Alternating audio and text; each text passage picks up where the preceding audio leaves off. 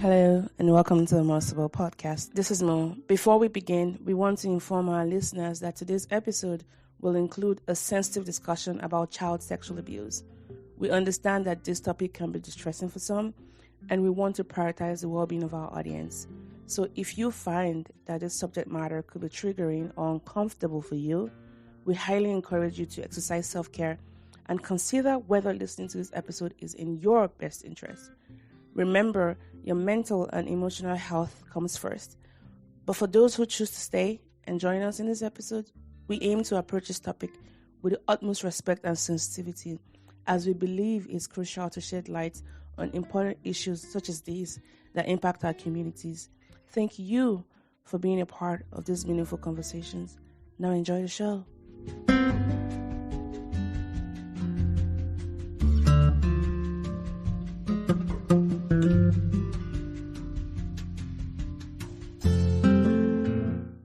Welcome back. Today, I have someone who reached out to us to come share their story. I love when we get those kind of responses because, one, it shows that we're having some form of reach and the ability to also share diverse stories. So that's super exciting. Our guest today, has, done quite a lot.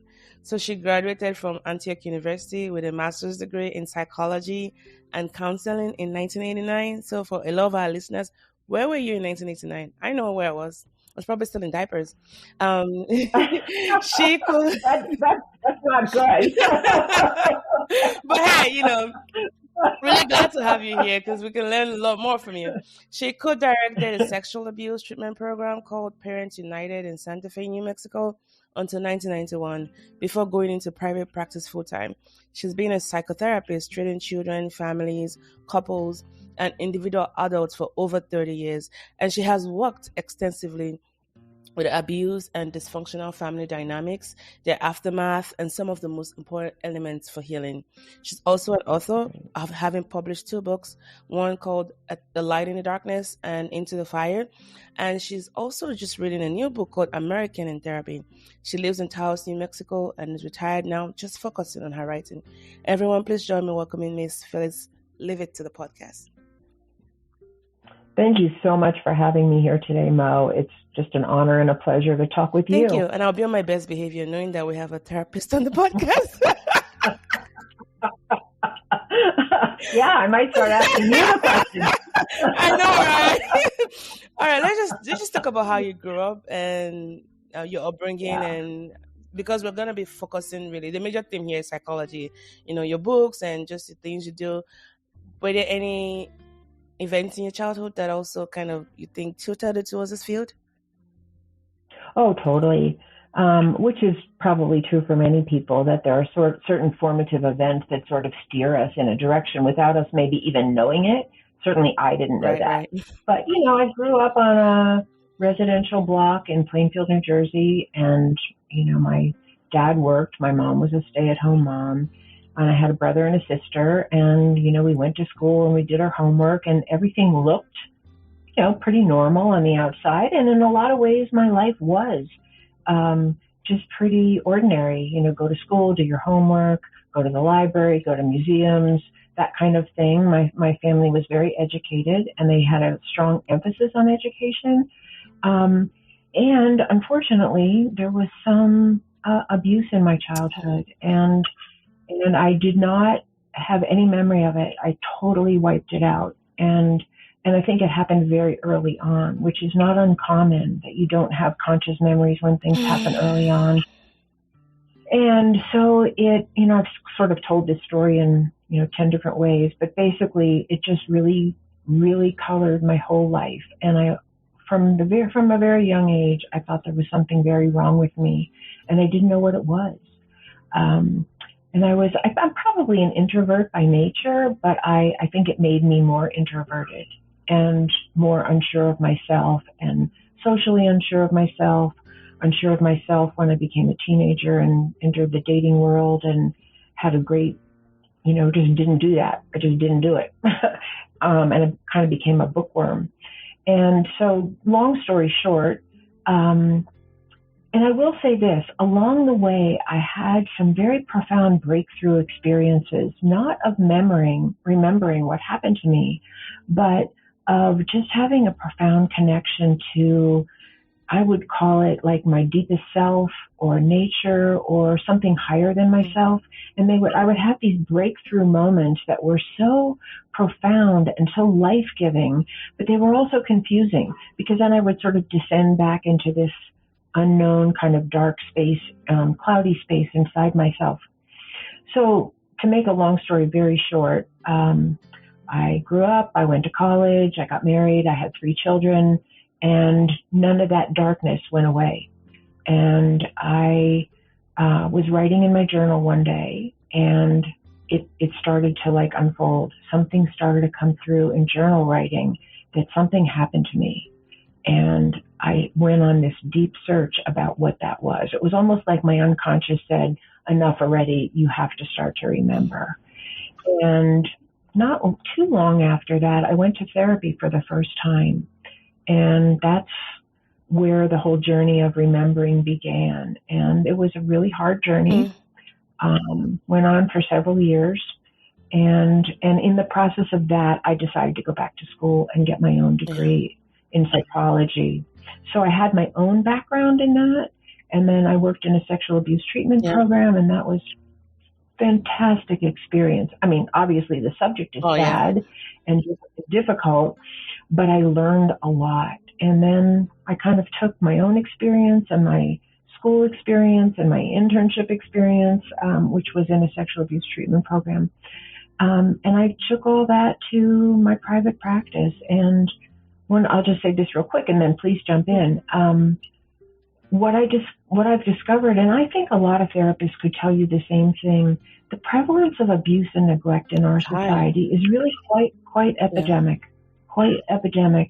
And the suffering that people feel behind closed doors that they try not to show, me being one of them, is profound. And it really needs to have a spotlight of healing on it. Not a spotlight of blame, but a spotlight of healing.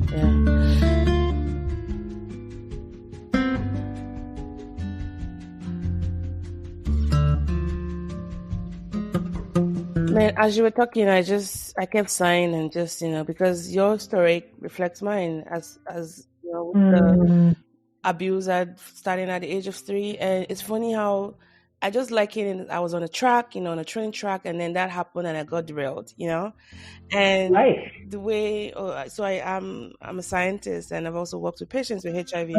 There's this theory of, when the virus infiltrates your system in a way, your DNA, almost like it replicates it and kind of stains it in a way, and then it's irrevocably linked to it. And that's been my life as far as the trauma. Like, even in moments of happiness, it's still punctuated by those events. But there's a healing hope in the sense that, and I'm aware of just those triggers. I'm more aware than most people might be about their condition, because that's what happens to you when you are violated at a young age. You become so happy aware. I can enter a room and read the room, like who the dangerous person is. That's right. And that level of awareness as a child is just so much. And I think even you going back and having to learn more about yourself, and even putting yourself in a space where you're working with sexual abuse, that's power right there, because it's almost like sometimes while you're trying to counsel and inform and provide hope, you're almost like re-traumatizing yourself, because you're listening to this, you're hearing this, and there's no way you would want to compare and contrast and draw from your own well of compassion.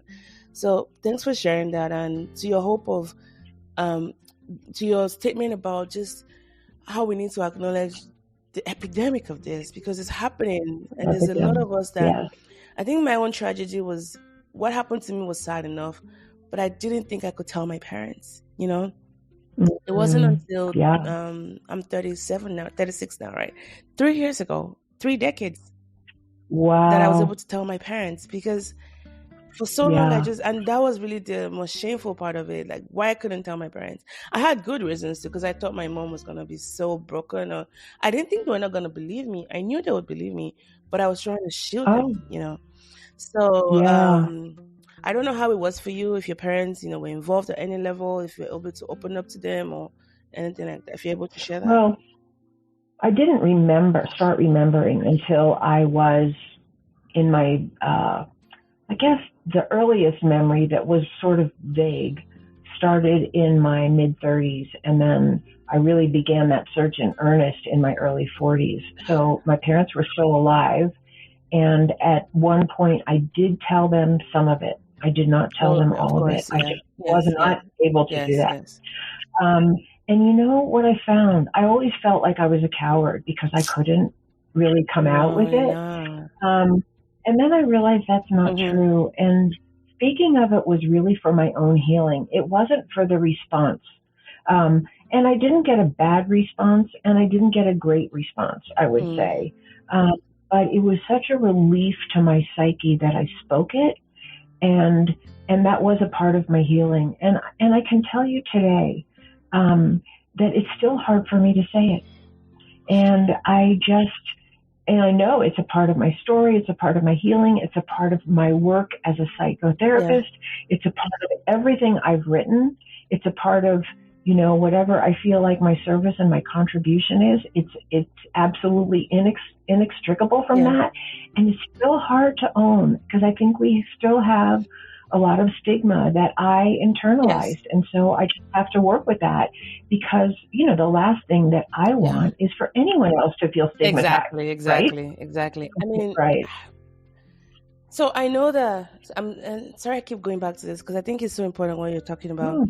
So I know for mine, there's some things I remembered, but there's some things I cannot remember. Almost like my brain is blocking it out. And I know there's this book that is like my trauma Bible. It's The Body Keeps the Score. I'm sure you know it. Oh yeah. Yes, There are corporal sensations I feel when I smell some things or I hear a word and it's almost taking me back to that place again. But there's some events I cannot remember. I know if I should try to bring them to fore, it's almost going to, and if I'm not in the safety of a therapist or just, with community that can hold me back together again, it's like to what end, right? And I know your brain does that thing of trying to protect you from trauma, but I'm curious about yours, how you never even remembered until you were 30 something. Yeah, I think that I never felt safe enough to do that.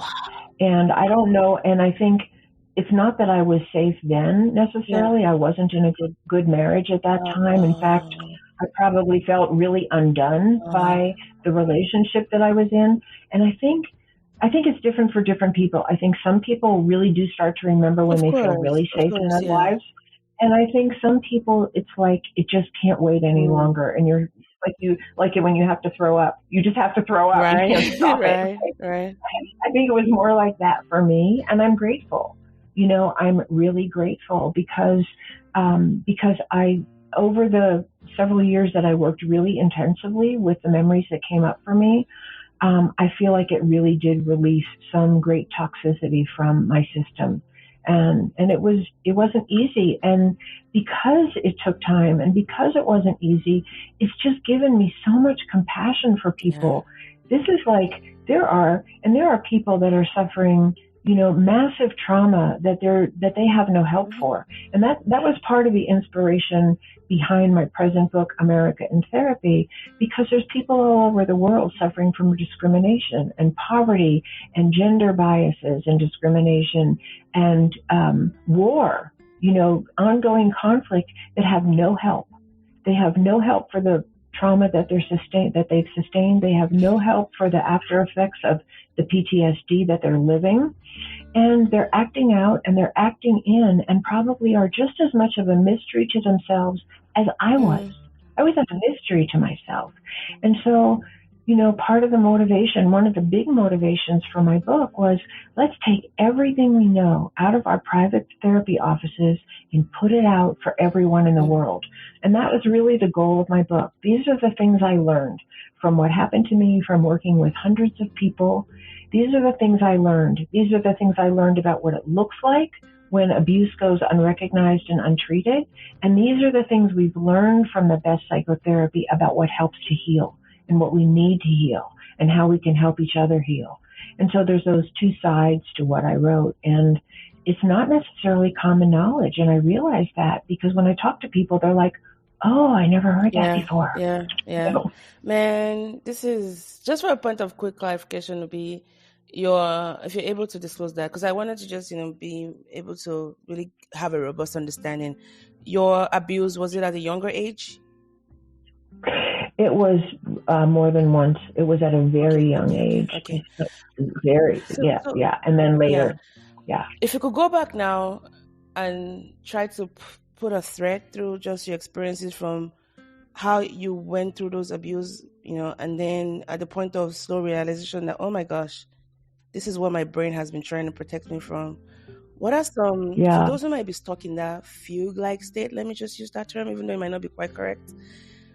What are some of the corporal sensations you had? And I know it might differ for different people based on, maybe the environment, but what were the signs that, early intervention have been key?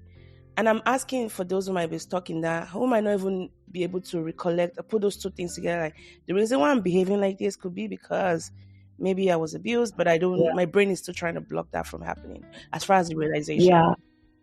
Yeah. I mean, there's so many answers to that question, but you're basically asking me what are some of the identifiable symptoms? Yes. To necessitate early intervention. Yes. Yeah. And I'll say some of mine, but I'll also say, because I didn't have all of them. Nobody does. We have different personalities and we cause differently. For me, it was becoming more and more inward and fearful. I had a lot of fears. I was terrified of the dark. I was terrified of death when I was a little girl. I was terrified of spiders, and I just became more and more inward and sort of turned to books. And that's when that was sort of an acceptable thing to do in my family. I think my fears weren't taken seriously. I don't think anybody even noticed, and then I would just say, like, I felt socially extremely awkward. I never felt comfortable in my body, ever. I don't have any memory of feeling comfortable in my body. And that's a big one. I think when you don't feel comfortable in your body, something has caused that. Yeah. I mean, certainly there's a lot of judgments coming down from society. I know. There's the body image issues we go through as a team, but this is different. This is almost like pervasive. And I know what you mean because I've been there. Yes. Yeah. So for me, it was, I would say as I got older, it was like, terrible discomfort in my body, socially feeling pretty shut down. And I would just say mostly anxiety and depression were my main symptoms. But for some people, it's really different. For some people, they become aggressive, they become hostile, their defenses become much more like outwardly pushing away. Mine were sort of pushing away at myself, and protecting myself from hurt. Yeah. But I don't think I even knew that. I know. I didn't know what I was doing. Yeah. Definitely. And for some people, it's becoming people pleasers and just going out of their way to please everybody, or becoming workaholics. And I was kind of a workaholic. I guess I would say that was one of my coping mechanisms too. But becoming workaholic, becoming addicts, you name it. There are so many symptoms. But I think what we need to know as a society is that the more extreme those symptoms are, the more they're actually a call for help. Our symptom, it's just like if your body's in pain, it's saying something's not working in your body. And when you're displaying, extreme emotional behaviors, whether it's extreme isolation or extreme aggression or extreme domination of others or extreme submission where you have no voice, it's a call for help. It's saying something's wrong with what's working in my emotional life. And I don't think we recognize that so much as a society. We don't. We see the symptoms without understand there's an underlying cause to it. Yeah. Well, we blame people. Yeah, we blame the person. Yeah. And just to even add to yours to be, in addition, I mean, mine was similar, but then also a bit different. Definitely, I had a lot of anxieties, like nail biting. Like I was always so anxious about things, and there was also the bedwetting phase, and food was also one of my coping mechanisms, and then just the mood, like just over the top one day and then just mellow the other time. Not like not bipolar, but it was just, and then over performing. Like there was this performance to be perfect. Keep the high grades. Make everybody laugh. And man, there were so many signs out there. But you know what? I guess the hope here is that by even having these conversations, parents and guardians. Now, some of the signs might not be relevant to your kids. Some might not even have those visible signs. But I think just being providing that space where they're open enough to talk to us about what they're going through. Right. That's my goal as a mom. Like the other time I have a daughter now, and my biggest worry is that, she's gonna just get into hurt. And I was talking to one of my great friends, Ayomide, and he was like, you cannot protect her from it. Like, you can't always be there to save her from the world. Right. And that kind of stayed with me, because I really do try my best to make sure she's, we create a healthy and safe environment for her. But I'm more comforted in the fact that I want to be that person she wants to come to, to talk about whatever. And so I'm working on That's myself right. to be that person. I don't want my head in the cloud and, navel gazing on my problems, detract me from being there for her emotionally whenever I want to. And if I'm not able to do that, I'm replicating myself through my communities where she can have people she can open up to, safe adults she can open up to. Yeah. And to me, if that's one thing I'm able to do for her, I think that's something to get started, with. Yeah. I think it's crucial, actually. I think education, I think informing our children about what's out there in the world is really critical for our best survival these days. Because you're right, you can't be there at every moment, but you can arm your child with knowledge. You can arm them with understanding. You can arm them with tools. And like, I know when I grew up, and I think it was, a lot my generation, nobody talked about anything, emotional problems, nothing.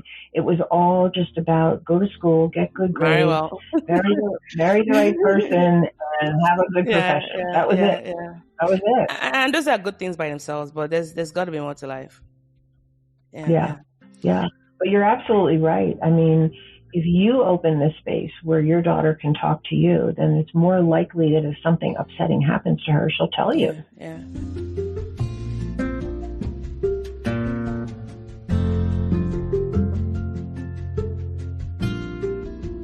Now, if you are at liberty to share a little bit about your work on sexual abuse.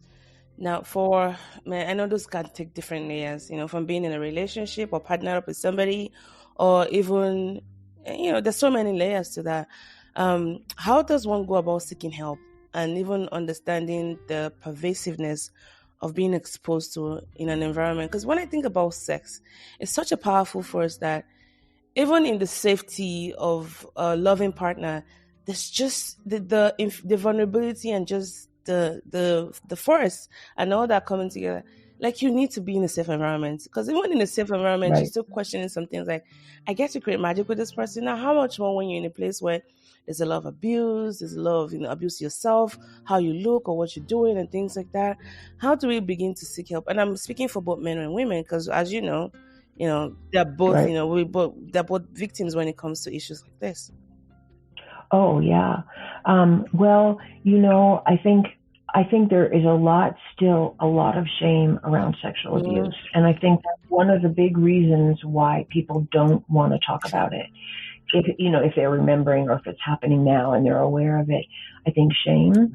I think fear of retaliation, either by the abuser or by people who support the abuser. I mean, I have had many, many clients over the years who did tell and were blamed, either ignored or blamed, or, still not protected from the person who was hurting them. So, and hopefully we have better education about that in our school systems, or at least some of them, where children are encouraged to seek help outside the family. And I know that a lot of times it is not effective, and sometimes it is. But that's the goal, is that you seek help somewhere from someone who believes you and or has the power to help protect you. And that you find the encouragement to do that you have a right to have a voice, that you have a right to be protected, and probably number one, that it's not your fault. Yeah. No matter what you've been told, no matter what you've come to believe about yourself, there's something about me, or he told me I liked it, or whatever the things are that happen, it's never a child's fault or a teenager's fault. It's not even an adult's fault if they're assaulted. Right. But we internalize that kind of blame, and so it keeps us silent. And so, that's why we need to make it safe as a society for people to come forward and say, this happened to me, without shame, without blame, and with a sincere desire to protect. And I think, I just wanted to throw in one other symptom that I forgot to mention. And I think this is very prevalent, and it may be more prevalent for women than it is for men, but I don't know, it may not be. And that is that you find yourself being attracted to people who are not good for you. Oh, like a cycle, the vicious cycle, re-victimization. Or unable to leave, even when you know it's not good for you. It's that same paralysis takes over you. Like, I can't have a voice. I can't say no. If I leave, it'll be worse. Or if I leave, I'll be alone forever. Or whatever you tell yourself. So I think those are some of the, if you're, and whether it's abuse or it's neglect or it's emotional abuse where you've just gotten horrible messages about yourself, like you're fat, you're ugly, you're stupid, you'll never amount to anything, no one will ever want you. I mean, people get horrible messages even without overt abuse to their bodies. Yeah. And if you find yourself with those tape loops running in your head all the time, you weren't born with them. You learned them somewhere. Yes. So, it's really important to find people, whether it's actually a therapist or friends or supportive community, who give you other messages about who you are that are good. Mm-hmm. Thank you. Thank you for sharing that. Just highlighting the importance of being in a safe space, and then also reaching out for help when you find yourself in this kind of patterns. My next question for you is going to be this. So as someone who's, gone through what you went through as a child and then also worked with victims of sexual abuse, how do you fortify yourself in the sense that you are not being so over-traumatized again, but also being there for the people you serve? And I contrast that because I had this wonderful gynecologist. She was so, so great. And she helped deliver babies. And she's a friend of mine. But she's had a lot of struggles with trying to give, get pregnant naturally. And we have this conversation. How do you do it? You go to work, deliver babies, and, she's happy she loves what she does, and her patients love her. But I know, she's also had struggles trying to, get pregnant. Right. So I'm just curious, how do you balance those two things, being there for your client while at the same time taking care of yourself? Well, I think of two things, and there's probably 100, but I think of two things right away. Well, I think of three. So one of them is you just need to do your own work, because the more you do your own work, and she probably does, the more I did my own, when I had a safe place to go to, I wasn't just carrying other people's trauma or upset feelings or distress, because it didn't just flood in on me, because when I had my own safe place to do my own work, then that part of me got fed. And it's really important. Like, it's just like, gasoline in an engine is not going to run if it has no gas. And so we have to be fed by our own safe place to work through our own stuff if that's what's getting triggered. And we have to be fed in other parts of our life. I mean, there were times, I was a single mother for many years, and there were times when I really wasn't getting fed enough in my own life, and it was really hard to continue, not because of other people's trauma, but because I was giving out all day and not getting enough back. And I really had to find ways. I started painting. I spent time in nature and with friends, and I would really set those times up. I love to garden. So I had to do the things that fed me and keep that part of myself fed, if that makes sense. Yeah. And now I forget the third one. So, but maybe it'll come back to me. But those are the other thing was I really, because of those two things, because of doing the work on myself, and because of finding, very conscious ways to feed myself, I was able to make better boundaries. And it was with my time, okay, just because someone is really in the middle of it, I'm still going to hold to our session is over, partly because I realized I needed to do that for myself, but partly because part of the healing is that you can contain what's going on inside of you and not just be a runaway train all the time. did I do that every single session? No, there were times when I ran over because I felt like it was appropriate. But you just sort of learn to make that psychic boundary where I actually taught myself how to leave my work when I went home at the end of the day, or left my office, which ended up being in my house. But, like it's almost like you have to make a conscious effort to create that boundary, because it's part of the healing, because our boundaries were broken. And so we didn't know how to make boundaries or, hold them with other people, right? So it's all part of the healing. So true. Like I've had a lot of work. I can't even count how many hours and time and resources I've spent in therapy, but it's been worth it. It's because when your space has been violated sexually, it's beyond just that thing that was done to you. It corrupts your whole body, and your autonomy is gone. But these are not like finite statements. You can still get some of it back. It's just acknowledging and then finding ways to move from there. And people say, therapy is actually hard work. It's easier for you to pop a pill and mask those issues. Therapy is really hard work. And if you've had to move insurance and start with a new therapist and start all over again, by the way, there needs to be an app where you can just download all of your metadata and not have to go through the whole process again of trying to get acquainted with a new therapist.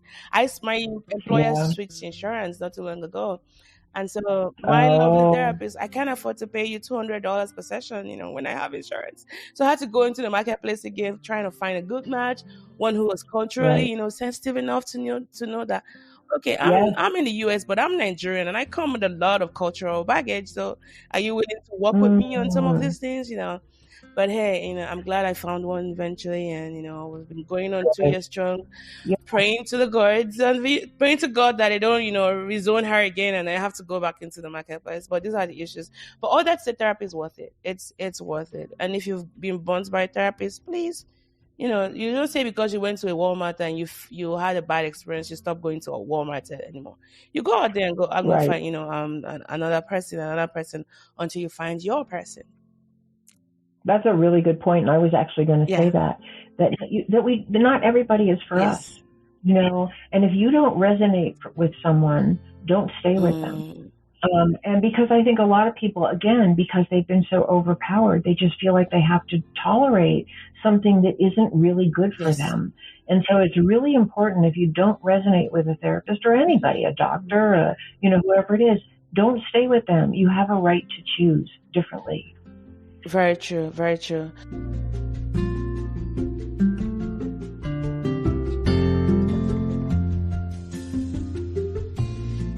So let's talk about a little segue here. Let's talk about the pandemic of loneliness, right? Yeah. Yeah. So I came from Nigeria about 12 years ago, and I came here in my 20s. Yes, I came to grad school and I just stayed. And man, talk about being lonely in the sea of people. Now, the US is great for so many reasons, but one of the things that stood out was just how different it was as far as the social fabric. Now, in Nigeria, in Lagos where I grew up, and mostly for Nigerians, you have a lot of micro conversations that go on. The moment you get out of your house, people are just having conversations with you, whether you want to or not. It's hello, it's hi, it's nice. You have those little conversations you have with people, or even one-sided ones. I didn't know how much it was impacting my mental health for good until I moved to the US, where you don't get to see people unless you put it in the box, and people are friendly, but then to be friends was different conversation. It was so different. And then, but I've been able to make that work. Now I have micro communities. I have a pickleball community. I have a podcast community. I have virtual communities. I'm drenched in communities because that's the only way I can make it happen. Otherwise, it's not good for my soul. But since COVID happened, I think it's kind of shifted that paradigm a little bit, in the sense that we don't go out as much, but we're learning more on technology, right? But then the sad part of that is that those that were lonely before, the loneliest of people, they've gotten more lonely since the pandemic, right? Now, we know that's not good. We're not built to be alone. No man is built to be an island. What are some of your tips to kind of help people get out there and seek the right kinds of communities that are good for their soul? And if they've been abused in the past, they definitely need the kind of good ones. So I'm just curious to know what your thoughts are on that question. Well, there's many answers to that. And I don't actually think that first of all, I don't think there's a one size fits all, but I also think it's a hard question in our society. We have a very strong belief in the United States in independence, which is it's a total myth. It's ridiculous, and it's counter to everything we know about what's good for people. But it's very powerful here. Like, you should be able to do it on your own. You should be able to take care of your own needs. There's a shame for asking for help. There's a shame to say, I almost like you want to say you did it by yourself. And I'm like, no, I find myself even getting into that funk sometimes. I'm like, slow down. You're not a self-made person, Right. And I think part of also because our culture here is, I don't know about other countries exactly, but our culture here is so mobile that people move away from their families a lot, and they don't have that foundational just family support, or they didn't have a family that they want to continue to relate to. And if you put on top of that whole, where I'm a self-made man kind of thing, that it is very hard to reach out for help. I think one of the best, there's a couple of, sort of probably known ways to start to reach out, and that is just to be more open yourself with other people. Because a lot of people actually crave that openness, but they don't know how to generate it. And if somebody doesn't want it, they'll disappear from your life. But a lot of people really crave that kind of openness and greater comfort with being more intimate, or more, just more like who I really am, rather than who I think you want me to be, or what I think is going to impress you, or whatever.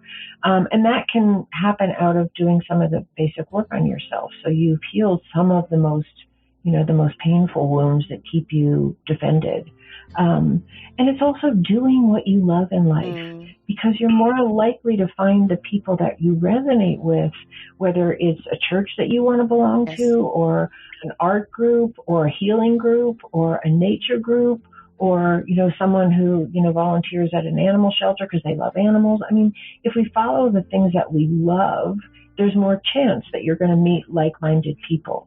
So those are two, I think, accessible ways. And sometimes if that doesn't work, there's just more healing to do of whatever shut you down. There's something a friend of mine, a psychiatrist from Armida, always says, like, about, something, how you get hurt by people and then you want to climb up inside. He goes, the same people who hurt you, not like the same, but people who hurt you are still the same people who would heal you. You need to find those communities. And I loved your emphasis on starting with your own interests. And as well as works for me. I used to have a Toastmasters group, my pickleball community, like that things I love to do. You can't find me in any of that space. If I find joy in those activities, best believe I'm going to find community there. And it makes life so easy, because when work gets too stressful, guess what? I'm on the courts, stressing it out, or maybe doing my podcast with my friends, or, my podcast community where we just, share some best practices. So start with what you love and find your communities. And sometimes you don't have to leave the comfort of your home. Although it might be nice to get out there once in a while, we have the internet now where the world is so globally connected. So thank you so much for this. Now let's talk about just your writing. Man, was it Doris who said it? I hate writing, but I love to have written, right? I imagine how, congratulations on 3 books, by the way. And I imagine it hasn't been a walk in the park. Maybe just tell us a little bit about your 2 books and the process behind it. And then let's spend a bit more time on your latest book, American Therapy. Thank you. Yeah, I always wanted to be a writer. Ever since, I knew that I wanted to be something when I grew up, it was always that I wanted to be a writer. And I don't know, I was just born that way. And I loved writing in school. I loved writing papers. I loved reading books. And then when I was, a little bit older, probably after, I don't know, probably when I had children, I started journal writing, and I had like stacks of journals that I kept. And then I would write little pieces. And I wrote poetry for a long time. I was in a little poetry group. I've been in a writing group with a couple of other women for I don't even know how many years now. Probably between 15 and 20 years we've been together, and talk about having community around something you love. I met these women at a writing conference, and we've been together ever since.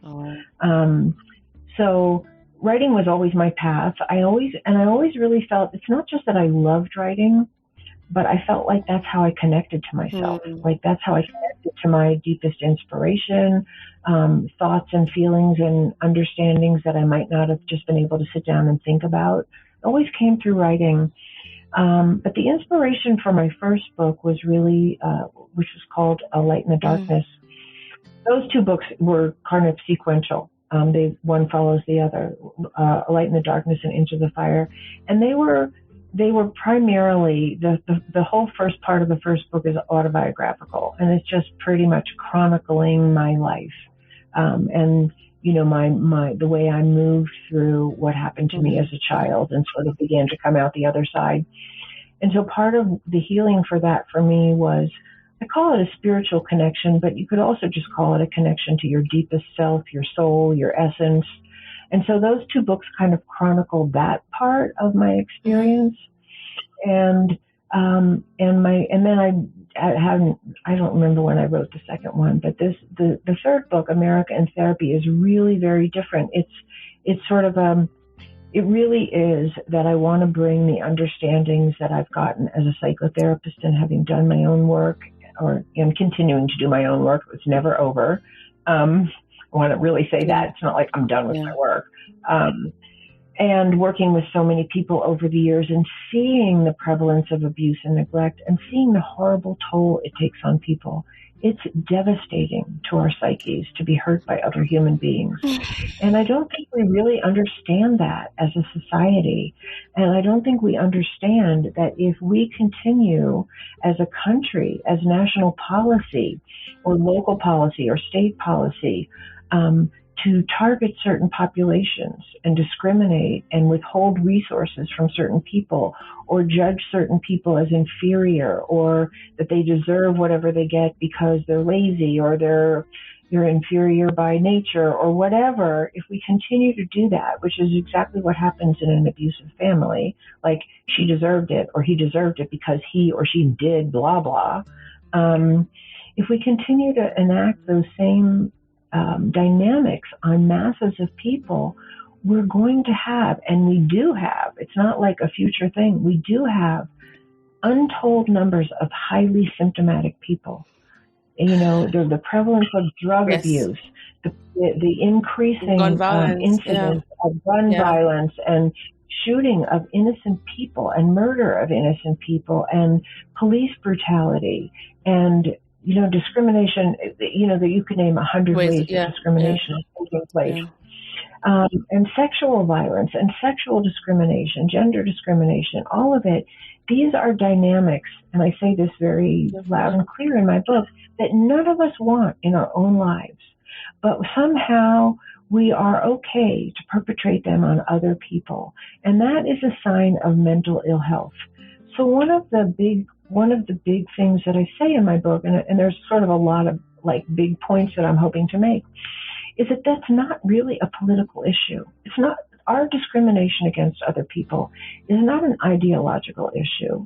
Our making war and violence against other people is not essentially an ideological issue. It's a mental health issue. People who murder other people are suffering some kind of mental disturbance, emotional disturbance. And our goal needs to be to prevent that.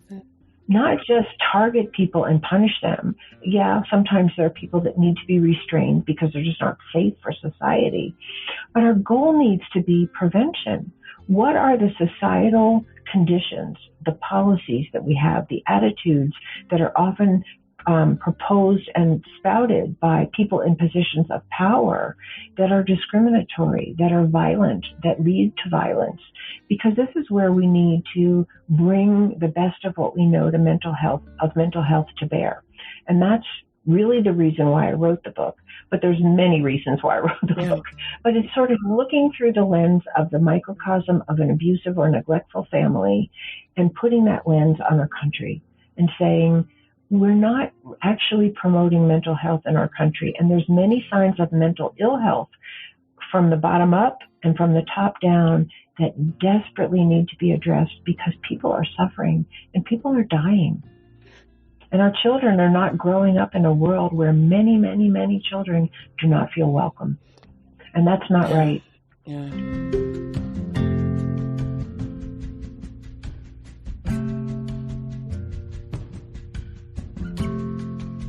Wow. I think you've taken it back to the fundamental, which is the family unit, which is not a very popular opinion these days, right? And I so agree with you, because I think if we focused on supporting the family and 100%. draining the roots, and even having some policies in place that are so family friendly, that can also help. And I'm sure we won't have a world where everything's going to be hunky dory, but I know for a fact that sometimes, so take for example, I have a job, my husband has a job, and I feel very fortunate about that. Now with a child, and sometimes having to take time off work, she's supposed to start pre-K in August, but they're telling me that she doesn't have access to after school care. And I'm thinking, from 2 o'clock to 5 o'clock, how am I supposed to take care of her? Like, I shouldn't, as a parent, I should feel like I have support by the society in a way to provide that kind of access to now we have to Right. go do private care and all that.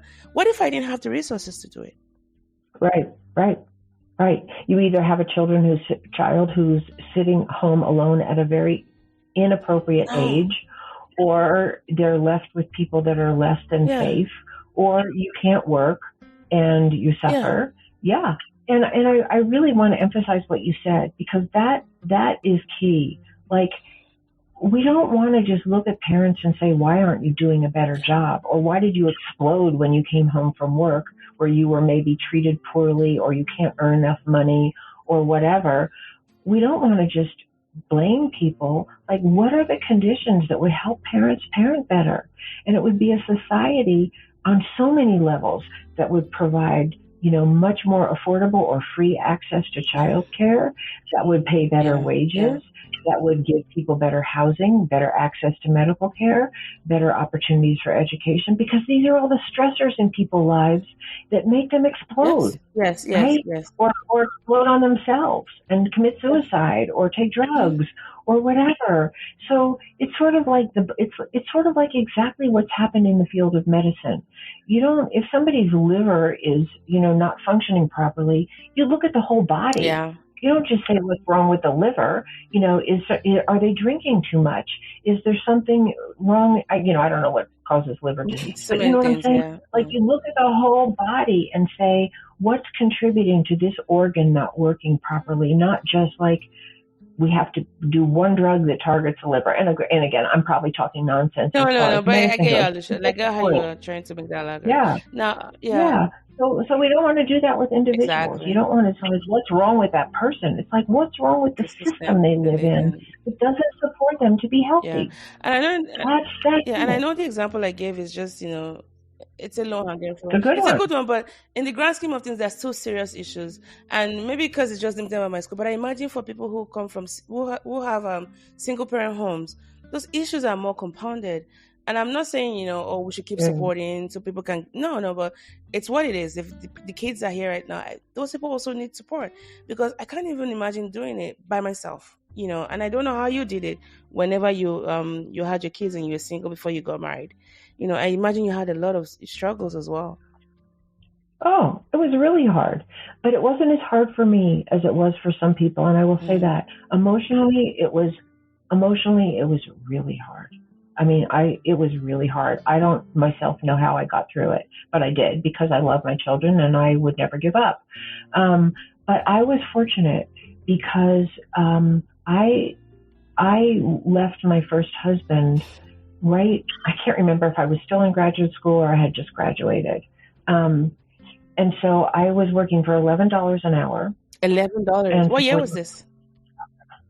That was like, I don't know. Like, in today's dollar, what's it going to be like in today's? Well, it's still higher than the minimum wage, though. But it's still, was it adequate then or not?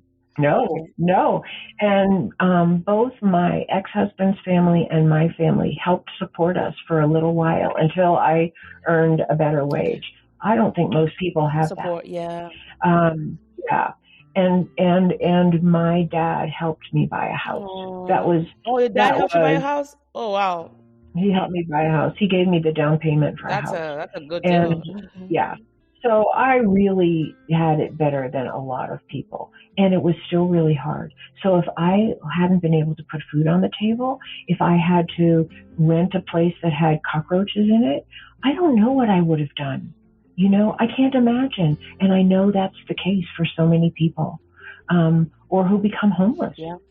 I mean, it's really, really hard. And again, that's why I emphasize, like, what would it be like to have government officials, people who are elected by the people that they're supposed to serve, who actually were talking about what people need, about their homes, about enough food, about food on the table, about adequate resources to send their children, to college. I don't think that's the conversation we're hearing. And I'm just appalled by it. Like, why aren't we talking about what people actually need to bring up their children in a healthy way, to feel like they matter in this society? I think so many people don't matter. I had a client, she was divorced, single woman who was in her 50s, who worked for a company that was sold to a large corporation. She had worked for that company for most of her adult life. The company was sold to a large corporation, and they brought in somebody who knew absolutely nothing about the experts in quotes. She tried to sit down with this person and say, this is how it actually works here in New Mexico with the populations that I work with. And they fired her. They didn't want her feedback. And this is it's just. What? I think, Oh, that's mean. And I think that's what people feel. They feel like they're disposable. I think many people are in situations where they just feel like, we don't need you. We'll find somebody else who'll probably work for less. It's just tragic. And we need a people-centered economy, a people-centered government. Yeah. So true, because at the heart of it is still service to people, the people you've been called to serve, right? Now, real quick, as we kind of go down, we've talked a lot, about the importance of mental health, but also taking it back to the family. The holidays are almost around the corner, right? And for a lot of people, they might end up having to go back to those dysfunctional settings with their families. What are some coping strategies, especially when you're from a family that is not quite functional? And because we know that definitely has a lot of impact on the mental health. How do they navigate those kind of issues? Or maybe you have a parent that is, for lack of a better word, and I hate using this word because everybody uses it, toxic, everybody can be toxic, but let me just put that blanketed statement out there. Like you cannot but communicate with these people because you're family, but they're not good for your mental health. How can they navigate those kind of issues? Well, I think it takes a lot of strength to do it. And I also think that for many people, and it was really very much like this for myself for many years, and not that I still can be triggered by my family because I can. But for many years, it was really hard because I would leave feeling sort of like the invisible person I felt like growing up. And then I have to recover from that, right? Yeah. Like I have to spend days recovering from feeling like a nobody or whatever I felt like. So, over time though, I practiced having boundaries basically. And it took me a long time actually to do this because one of the things that really helped me with boundaries was I'm the kind of person that if you ask me how I am, I'll tell you. Now in my life, when I was younger, I wouldn't say anything, but I'll tell you, this is what's going on. This is where things are good. This is where I've had a hard time. Right. Well, I realized that was the wrong thing to do in my family because I would just end up feeling diminished by how much I shared when nobody else shared that way. So I would end up feeling like I'm sharing and then everybody else is kind of a closed book. They look good. Everything's fine with them. And I'm still the black sheep of the family, right? So I learned not to do that. I learned that it was actually healthier for me to say, everything's fine. This is fine. That's fine. it's not that I was lying. It's that I was putting up a healthy boundary in a situation where being more open actually wasn't the healthy thing to do. Got it. Does that make It sense? It does. And so You just have to kind adjust. of Almost like you're learn. adjusting, like a learned performance in a way. Yeah. Know your audience, Yeah. basically. That's what it comes down to. Yeah. Totally. That's a good way to put it. And it took me a long time to do that because that wasn't in my nature to do, at a certain point in my life. And now it's like, oh, that, it's not what I want. What I want, I would rather have that intimacy be two ways. I would like to feel really close to the people in my family. But the truth is, they don't feel close to me. And it's okay. I have other people that I do feel close to who feel close to me. And that's where I put that energy, I like that. It's okay. It's what it is. It's okay. It's what it is. It's what it is. And sometimes, I think there's a phase that many people go through, and I've seen this with many clients, where you really do pound on the door that feels closed. Yes. And that's part of our growth. And then at a certain point, you know what? It's no longer useful. I pounded on the doors that were closed as a way to strengthen myself. And then at a certain point, it was like, I don't need to pound on those doors. I want to go to the doors that are open. Yes, for me. And they can not like throw like, the red carpet down on the floor, but at least they welcome me and I feel safe. Right. Yeah. Right. Man, that's some wisdom right there. When to let go. And I think because we're just goal-oriented individuals for the most part, we just want to, try our best. Like, I don't want to give up. I just want to give it just a little bit more nudge. But okay, just let it go. And it's okay if I do it and I make a mistake. Yeah. And I imagine it's very painful when it's family because those are the people that are conditioned to love you regardless, but it's not always a perfect world out there. Right. And sometimes they're not your soul family or your spirit, your heart family. Sometimes they're the people that you learned your lessons with. And I know. And sometimes you might find family outside of your family. So there's this saying in my culture that blood is thicker than water. It's really just emphasizing that your family is your family. But sometimes you have better kinship with those that are not related to you by blood. That's right. It's just, it's not ideal, but again, back to what we talked about, go find where your people are. It might not be within your family, sadly enough, because it's not a perfect world.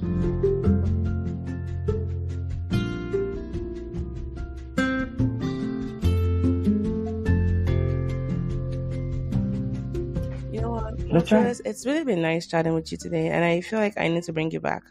I'd love to come back. I would like to explore suicide with you. I am reading this book. Well, I think I'm almost done with it. Stay. You probably know it in your circles. What's it Stay. Philosophy surrounding suicide. It's called Stay. Stay. Oh yeah.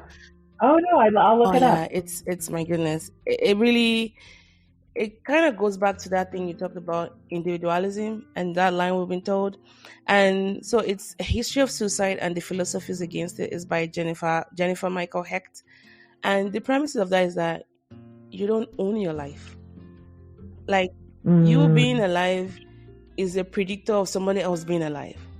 And when that sequence is gone, because the predictor of someone committing suicide is, one of the strongest predictors of suicide is knowing someone who's committed suicide. So in that way, we're all linked, And that lie of, this is my life, this is my life. My friend was sharing with me, there's this new movie, which I haven't seen yet, Across the Spider-Verse. And there was this part Miles was saying, you're not just you. Like he was saying, it's my life, it was my life. And then he was corrected and he was told, no, it's not you. You're not you, you're who you belong to. A lot of us have contributed to make you here. And literally in that sense, your father and your mother came together at one point to make you. So it's not just your life. There's so many people depending on you and who look up to you in one way or the other. They might not be able to articulate it. So I'd like to bring you back and really explore suicide and mental health and, cyberbullying and online. I love that concept. I want to say that I love that concept because it's not only that we're interconnected by who brought us here, but we affect every person we interact with. Yeah. It is an interconnection. Yeah. We're affected by all the people we interact with, and the more mentally and emotionally healthy they are, the better food they are for us. Yes. And the more mentally and emotionally healthy we are, the better food we are for other human beings. Agreed. And I think that's what it's all about, and that's what I want for our country. That's what I want for our country. I'd like to bring you back and do that because Um, Thank you. I'd love yeah, I to. think it's so important. And even talking to a professional like you will also help to, add more substance to our conversation. But for those who might want to find Great. you for your new book, Yeah. where can they find you? Where can they get Yeah. your book and all of Yeah. that? I'm not sure when it's going to be released, but I've been told that I now have a publisher, so that's really Congrats. exciting news. So I will certainly let you know when it's Okay. available. But yeah, but you can find me on my website. That's one of the best places, which is www.phyllisleavitt.com, and that's Phyllis with two L's and one S, and Leavitt, Okay. Leavitt. And there's a little sign-up box right on the top of the website where if you sign in with your email, I can tell you exactly when my book has been released and send you my newsletters and just keep you up to date. But I have a lot of podcast interviews on my website, and I'm just in the process of creating a new website, so that should be up soon. But I'm also on LinkedIn and YouTube and Facebook and Instagram and Twitter. Okay. So you can find me in any of those places. And thank you for asking. Of Yeah, course. And we'll link all of that in the show notes. I just want to say thank you so much. Now, before you go real quick, I'll give you this. I do this every often now and then because I've asked you a lot of Okay. questions. You've been very great at responding. Are there things you're curious to know about the podcast or the host or just, this is like a wild card question. Any questions you'd like to ask me? Now I'm turning it back to you. Oh, you want me to ask you a question? If there's anything you want to ask, Yeah. you know. Yeah, tell me, I always like to know, what had you become a podcaster? What had you become interested in being not only a forum for other people to have their voice to a larger audience, which I think is such a valuable service today in our world, but that had you interested in hearing what other people have to say? What was that like for you? Every time I ask this question, if I made $1, I think I'll be like maybe $2,000 rich right now. Let me see.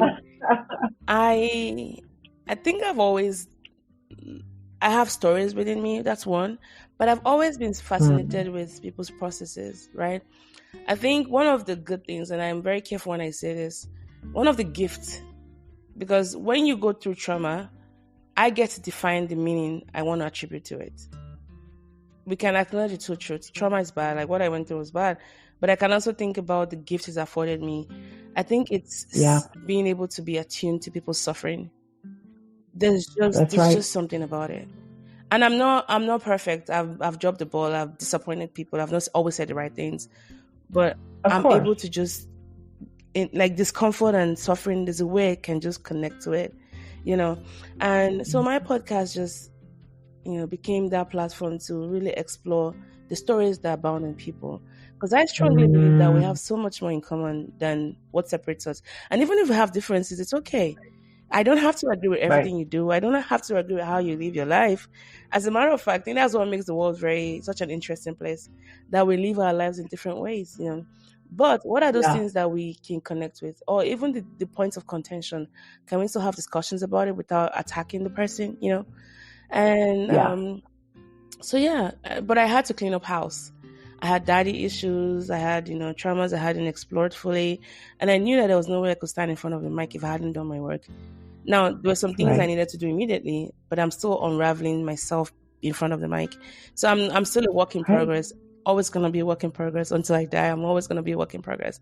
But I knew I had to, confront the biggest thing was my dad, because I had a hatred for him. So that I had to do that and forgive him and let it go, because I was holding on to him, and that kind of held me back creatively. You talked about writing being a space for you. Writing has always been a therapy for me, because it helps me sometimes even exercise some of those demons and, had thought that I'm, holding on to. So I've used writing as a platform. So my writing has evolved into just talking about things. So this is why I do the podcast. I really want people to know that whatever they're going through, they're not alone. Like we're so similar in our struggles. It's all mind blowing. And as a host, and I look at what you're going through right now. I can relate to someone that I know in Nigeria, and who will have thought that, we have so many similarities despite, being worlds apart.